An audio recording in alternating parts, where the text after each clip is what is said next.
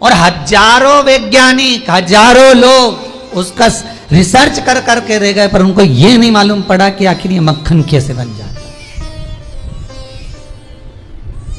और आप भी लेकर जाना, 1-2 किलो घी लेकर जाओ, आधा किलो ले जाओ, 250 ग्राम ले जाओ, 5-10 रुपए का ले जाओ, कितना भी पिघला कर, गरम कर कर, तपा कर, कैसे भी लेकर जाना और चढ़ाओगे और मक्खन बन जाएगा। जैसे मनाली का बिजली महादेव, कुल्लू मनाली में बिजली महादेव, जहां पर सबसे पहले अगर बिजली गिरती है तो शंकर भगवान के शिवलिंग पर गिरती है और शंकर भगवान के टुकड़े टुकड़े हो जाते हैं। बिजली महादेव।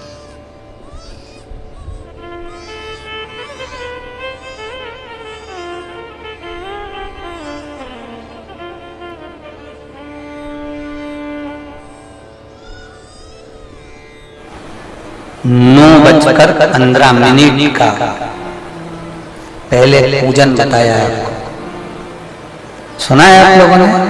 पहले हमने उसको YouTube पे भी डाला है कि 9:15 पर एक भगवान देवादिदेव महादेव की आराधना होती है।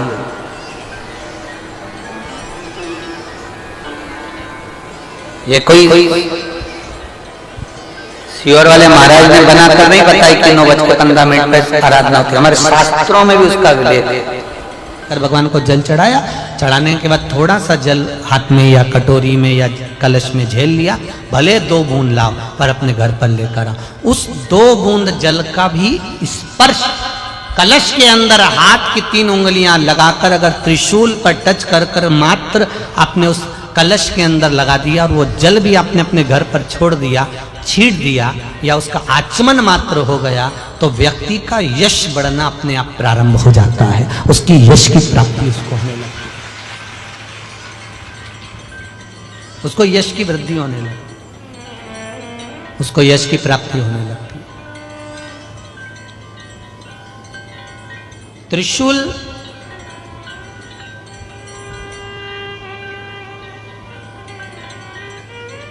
का दान, त्रिशूल का स्पर्श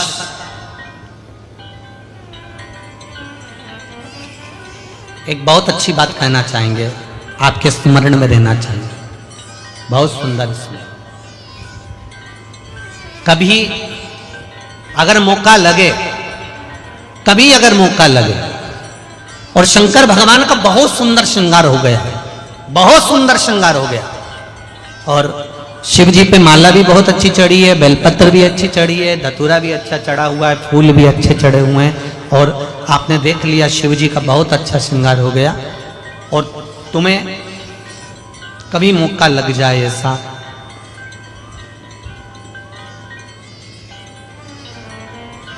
और तुम्हारे पास में एक अच्छी सुंदर सी माला हो पुष्प की, तो आप पुजारी जी को या पंडित जी को कह दो, या पंडित जी मां नहीं हो, शिव जी का अच्छा श्रृंगार हो गया हो, तो वो माला केवल त्रिशूल की, जो त्रिशूल है उस त्रिशूल पर ही उस माला को अगर आपने केवल टांगी दिया तो भी आप उन्नति की सीढ़ी पर आगे बढ़ना प्रारंभ कर देते। पर किस समय पर? जब भगवान का पूर्ण श्रृंगार हुआ, पूर्ण श्रृंगार शिव जी का हो गया और माला तुम्हारे हाथ में है, और तुमने देखा भगवान का श्रृंगार हो गया। अब शिव जी पे अगर माला चढ़ाऊंगा और श्रृंगार गिर जाएगा तो उस माला को आप अपने यश प्राप्ति के लिए, अपने आनंद के लिए, अपनी उन्नति के लिए आप उसको त्रिशूल पर चढ़ा सकते। माता प्रसूति के गर्भ से जो बच्चे जन्म ले रहे हैं वो भगवत भजन वाले, क्योंकि माता प्रसूति की एक आदत, रोज माता प्रसूति एक काम बड़ा विचित्र करती थी। क्या करती थी? पीपल के पेड़ के नीचे जाना और उस पीपल के वृक्ष के नीचे जाकर चींटियों को दाना देना, चींटियों को भाग देना, और साथ में जल का सिंचन कर आना। ये माता प्रसूति का नियम था पूर्व से। अच्छा, कई लोग कहते हैं महाराज जी आप हमेशा पीपल के पेड़ की पूजन, कहीं समी के पेड़ की पूजन, कहीं बेलपत्री के पेड़ की पूजन, कहीं ना कहीं आप पूजन का विधान बताते रहते हो। ये पूजन का विधान अगर हम पढ़ें तो किस पुस्तक में पढ़ें? तो भैया स्कंद पुराण में से निकाल लो, सारी पुस्तकों का भाव मिल जाएगा आपको।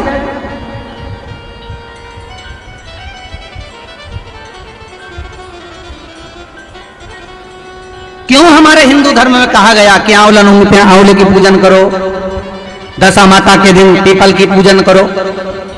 क्यों क्यों वर्णन कर, शास्त्र क्यों कहता है, उसका विधान यहाँ पर लिखा है। माता प्रसूति ने जितने बच्चों को जन्म दिया, 60 कन्या माता प्रसूति के गर्भ से जन्मी, माता प्रसूति के गर्भ से पुत्रों का भी जन्म हुआ, और जितनी कन्या और जितने पुत्र का जन्म होता था माता प्रसूति उनके गर्भ के समय पर पीपल के वृक्ष की परिक्रमा करती, पीपल के वृक्ष में दाना देती, पीपल के वृक्ष में जल का सिंचन करती, पीपल के वृक्ष में पूजन करने के लिए जाती। तो माता अगर मन में भाव होगा भगवान की भक्ति का, भले सामने पीपल का वृक्ष हो, पर भाव अगर मन में होगा तो भगवान संतान भी वैसी ही देगा। अब तुम्हारे मन में तो बस डॉक्टर ने कह दिया बेड रेस्ट है, रिमोट हाथ में लेके दिन भर टीवी, और टीवी में भी कथा नहीं, केवल वो नाटक, और नाटक में भी ऐसे ऐसे नाटक हो गए कि 24 घंटा कहीं ना कहीं की रोटी मिले। जब देखो जब नाटक चालू हो ना तो पूरे नाटक में थोड़े दिन ऐसे आते हैं जिसमें नाटक के जो रोल करने वाले हैं वो मुस्कुराते हुए दिखेंगे, बाकी के समय तो रोते ही मिलेंगे। तो औलाद भी ऐसी पैदा हुई कि इनको गोदी में रखो तो चुप, नीचे सुलाओ तो पे करे। और कई कई बुढ़ी बुढ़ी माताएं तो फिर कह भी देती है हमारी भी 4 औलाद थी, हमने भी पाला, हमारे भी 6 बच्चे थे, हमने भी पाला, पर धन्य है री बहू तेरी औलाद, धन्य। कई कई माताएं कह देती है अपनी अपनी बहुओं से, और बहुओं को बड़ा बुरा लगता है कि बताओ हमारी सास ने कैसी बात कर दी। तो देखो एक सास के 5-5, 6-6, 7-7, 8-8 बच्चे होते थे, 4-4 बच्चे होते थे, सबका पालन करती थी, सबका देखती, ध्यान रखती, अकेली, सारे बच्चों का दूध देना, उनके वस्त्र चेंज करना, बदलना, भोजन देना, ये करना। बूढ़ी बूढ़ी माताओं पर जब पूछो तो सही, और आज के जमाने में ले दे के तो 2 औलाद, और किसी किसी की तो 1 ही, और वो भी ऐसी गजब। भगवान भगवान भगवान, हे द्वारकानाथ, सास भी सोचे अनोखी पैदा करी इसी ने। सास भी देवी देवता धोख लगाने जाए तो सबसे पहले सिर पे पल्लू लेके जय हो मेरी शीतला माता, गजब की पैदा करी। औलाद तो इसी ने पैदा करी, बाकी के सब ने तो यूं ही करी। जिस नारी का गर्भ ठेरता हो फिर गिर जाता, फिर कुछ दिन चढ़ते हो फिर गर्भ गिर जाता, या बच्चा आधा बनता हो, बच्चा पूर्ण ना बन पाता हो, तो शिव महापुराण की कथा कहती है कि एड़ी से लेकर चोटी तक स्त्री एक मौली, मौली मतलब जो हाथ में नाड़ा बांधते हैं, लच्छा बांधते हैं, उसको नाप लें, और नाप कर जब नारी का गर्भ केवल 1 महीना 2 महीना का ही चढ़े, और वो नारियल पर लपेटकर शंकर जी से विनती कर कर शिव जी के शिवलिंग के पास में जिस स्थान पर अशोक सुंदरी की जगह है उस स्थान पर श्रीफल को रख देती है, तो उस नारी का गर्भ अधूरा नहीं होता।